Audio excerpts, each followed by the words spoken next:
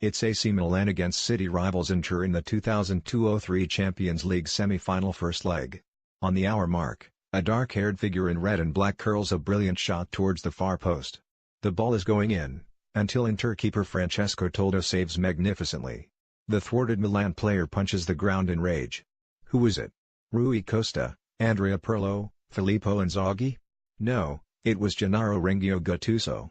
That moment showcased his lesser-known technical side as well as his emotional nature. You don't need to search for long on YouTube for examples when Rengio lost his rag, tried to redesign an opponent's ankle or throttled Joe Jordan. But Gattuso, from Calabria in the deep south, had more ability on the ball than he is given credit for. So those who expected him to preach an ugly, aggressive brand of football as a coach were mistaken. Now into his fourth month as Milan boss, and the Rossoneri are entertaining, energetic, and most importantly, winning. The 2006 World Cup winner has transformed the team since replacing Vincenzo Montella. Under ex-Roma and Sampdoria striker Montella they were stodgy, one-paced and, if we're being honest, dull. They welcome Arsenal to the world-famous San Siro on Thursday evening, and their sparkling form is in contrast to the Gunners' atrocious state. Their last league match against Roma was the embodiment of their renaissance. The seven-time Champions League winners delivered an electrifying, slick and determined second-half performance in the capital. Their 2-0 win was only their third victory against the Giallorossi at the Olympic Stadium for 13 years. The second goal broke the internet, to use modern parlance. Young right-back David Calabria, a youth team product, played a 1-2 with Nicola Kalinic and zoomed past three defenders into the area to dink the ball over Roma stopper Alisson, the same Alisson that has been Serie A's best keeper this season. Whatever Gattuso is doing with the squad during training, it's working. Calabria's glorious Lionel Messi impression displayed his confidence and renewed appetite, and the entire group look happier, quicker and willing to take risks. The Gattuso effect extends beyond the pitch. Germano Lansoni, the charismatic on-pitch master of ceremonies for Milan matches, explained, "The crowd get involved much more now. At the beginning it was because of Gattuso and everything he brings.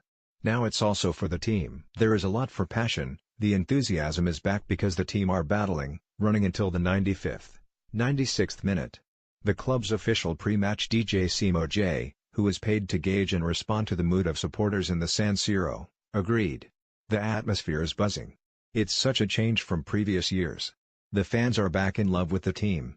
How has there been such a radical change, though? These are the same players that trudged around the turf under Montella.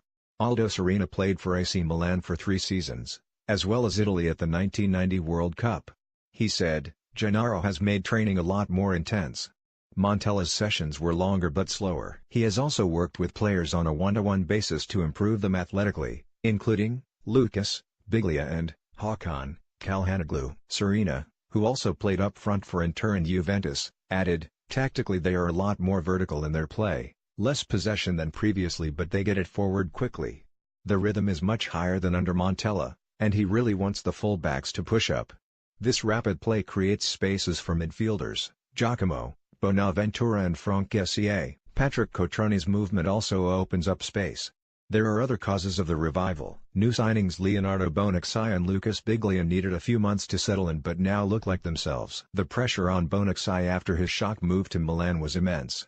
He felt the burden despite his vast experience. Captain Bonucci told television program Total Italian Football, "Overcoming difficulties means having the humility to examine yourself and not look back in the past. The biggest thing I have had to overcome has been criticism, but we are more of a team in this second half of the season, more compact, we are more confident.